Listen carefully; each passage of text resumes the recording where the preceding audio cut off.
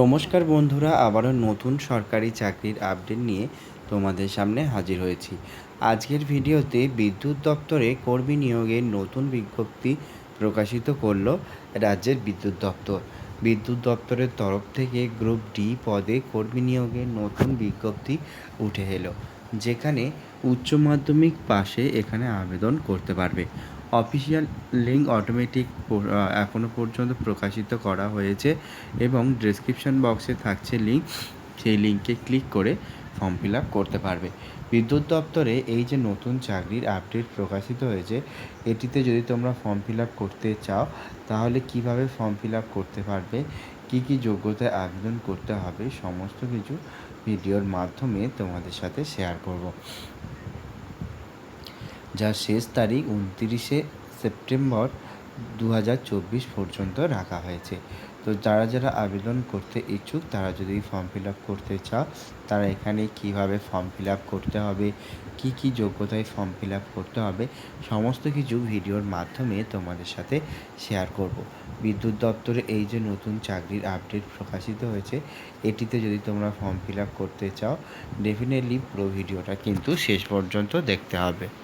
এবারে আসি, ওয়েস্ট বেঙ্গলের মধ্যে স্টেট পাওয়ার ডিপার্টমেন্টের তরফ থেকে যে চাকরির আপডেট প্রকাশিত হয়েছে, তার মধ্যে প্রথমে যে পোস্ট রয়েছে সেটা হচ্ছে ITI electrician, diploma electrical, diploma civil, graduate electrical, graduate civil, graduate electronics, HR executive, CSR executive, graduate computer science, law executive, Rajya Sabha assistant, এই ধরনের পদগুলিতে কিন্তু রাজ্যে নতুন চাকরির আপডেট প্রকাশিত হয়েছে, যেখানে কিন্তু চাকরি প্রার্থীরা আবেদন করতে পারবে। তো যারা যারা ফর্ম ফিল আপ করতে ইচ্ছুক, বিদ্যুৎ দপ্তরে এই যে নতুন চাকরির আপডেট প্রকাশিত হয়েছে, সেখানে যদি ফর্ম ফিল আপ করতে চাও, সেক্ষেত্রে চাকরি প্রার্থীকে কীভাবে ফর্ম ফিল আপ করতে হবে সেটাও কিন্তু এখানে জানিয়ে দেওয়া হয়েছে। ওয়েস্ট বেঙ্গলে নতুন এই ধরনের বিদ্যুৎ দপ্তরের চাকরির আপডেট প্রকাশিত হয়েছে, যেখানে সমস্ত ডিটেলস তুলে ধরা হয়েছে, কিভাবে ফর্ম ফিল আপ করবে, কী কী যোগ্যতা, সেগুলো এবার দেখাবো।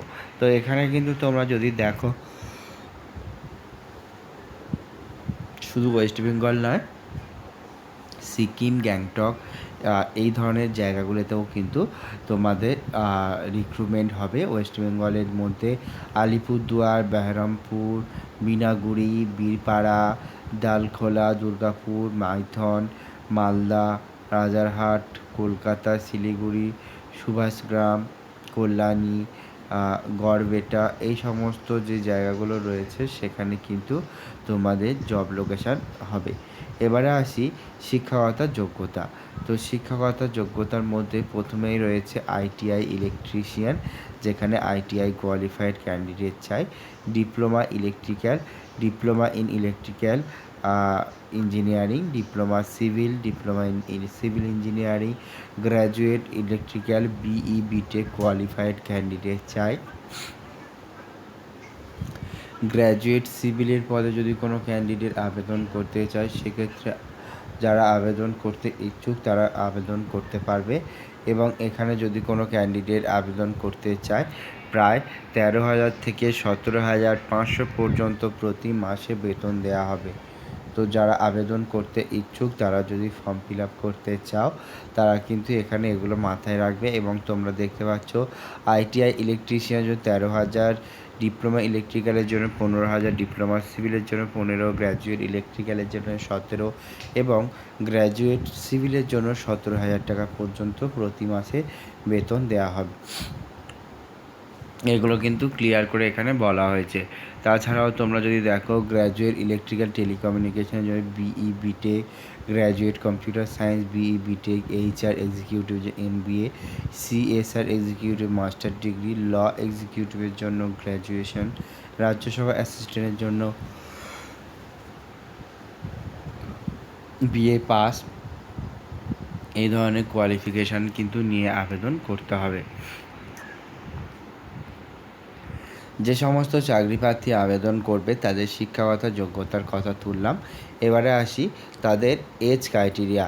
18 বছরের ওপরে যারা রয়েছে তারাই শুধুমাত্র আবেদন করতে পারবে। 18 বছর ছাড়া কিন্তু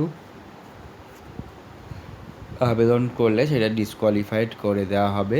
তো যারা 18 বছর ওপরে রয়েছে তারা কিন্তু এখানে ফর্ম ফিল আপ করতে পারবে। এছাড়া আরও কিছু এলিজিবিলিটি রয়েছে, সেগুলো তোমাদেরকে বলি। যারা আবেদন করছো তাদের সমস্ত ডকুমেন্ট, যেমন শিক্ষাগত যোগ্যতা সার্টিফিকেট, তারপরে caste certificate, proof of age, scan all education certificate, SC/ST certificate, bank cheque যদি থাকে সেটা, রিসেন্ট পাসপোর্ট সাইজ একটি ফটোগ্রাফ, এবং এগুলোকে নিয়েই কিন্তু তোমাদের আবেদন করতে হবে অফিসিয়াল ওয়েবসাইট। বারবার বলছি, ডেসক্রিপশন বক্সে থাকছে লিঙ্ক, সেই লিঙ্কে ক্লিক করে আবেদন করতে হবে। এবারে আসি সিলেকশন প্রসেস। তোমাদের একটি সিলেকশন প্রসেস হবে ডকুমেন্ট ভেরিফিকেশন এবং মেরিট লিস্টের ওপর ভিত্তি করে, কোনো রকম এক্সাম কিন্তু হবে না।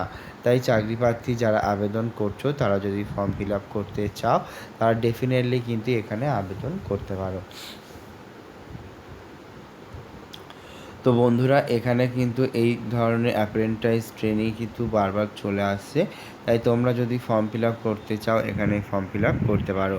রাজ্যে যে বিদ্যুৎ দপ্তরের তরফ থেকে প্রকাশিত হয়েছে, এটা কিন্তু একটা বিরাট বড় সুযোগ। এবারে আসি আবেদন পদ্ধতি। তো যেহেতু তোমাদের এখানে আবেদন কিন্তু অনলাইনের মাধ্যমে হবে, তো অনলাইনের মাধ্যমে হওয়ার জন্য তোমাদের কিন্তু ক্লিয়ারলি বলা হচ্ছে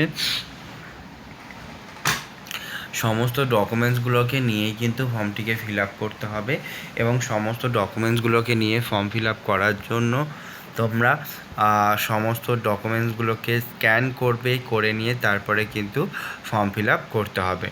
এখানে কিন্তু সমস্ত ডিটেলস তোমাদের সাথে শেয়ার করার চেষ্টা করলাম। যদি আরও কিছু জানার থাকে অবশ্যই তোমরা কমেন্ট করতে পারো।